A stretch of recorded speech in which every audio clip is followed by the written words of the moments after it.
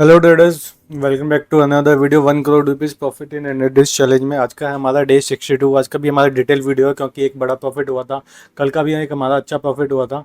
ठीक है, दोनों में हमने लगभग 100 पॉइंट के आसपास ग्रैब करे हैं। ठीक है, और बहुत ही दोनों दोनों जो हमने मूवमेंट कैप्चर करे वो बहुत ही सिंपल मूवमेंट थे।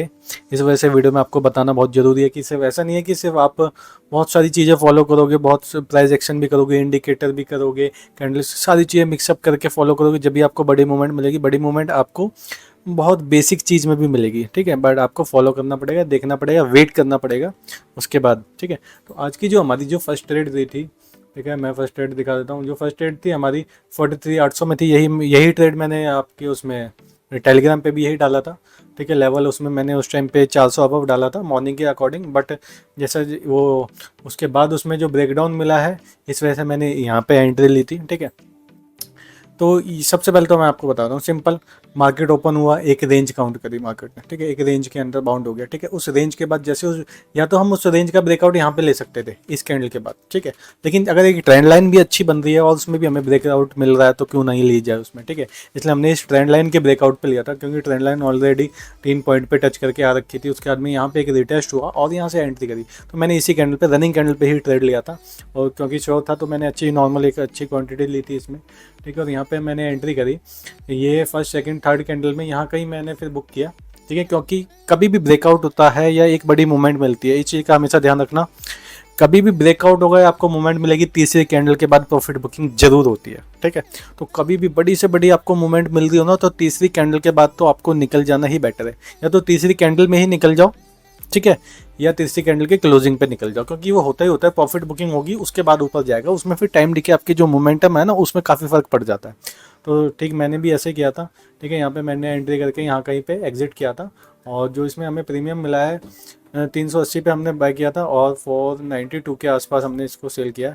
ठीक है, लगभग 120 नहीं 112 के आसपास का हमने इसमें प्रीमियम लिया है। ठीक है, और जो हमारी सेकेंड ट्रेड थी वो फिर क्योंकि एक अच्छा प्रॉफिट हो चुका था, उसके बाद में ज़बरदस्ती रिस्क लेने वाली बात थी, फिर मैंने एक छोटी ही ट्रेड ली थी। जैसा जब भी मेरे को सेफ साइड ट्रेड लेनी होती है तो मैं हमेशा जो स्ट्राइक प्राइस होता है वो अंडर 100 ही सिलेक्ट करता हूँ, क्योंकि उसमें जो हमें एसएल है बहुत छोटा मिल जाता है।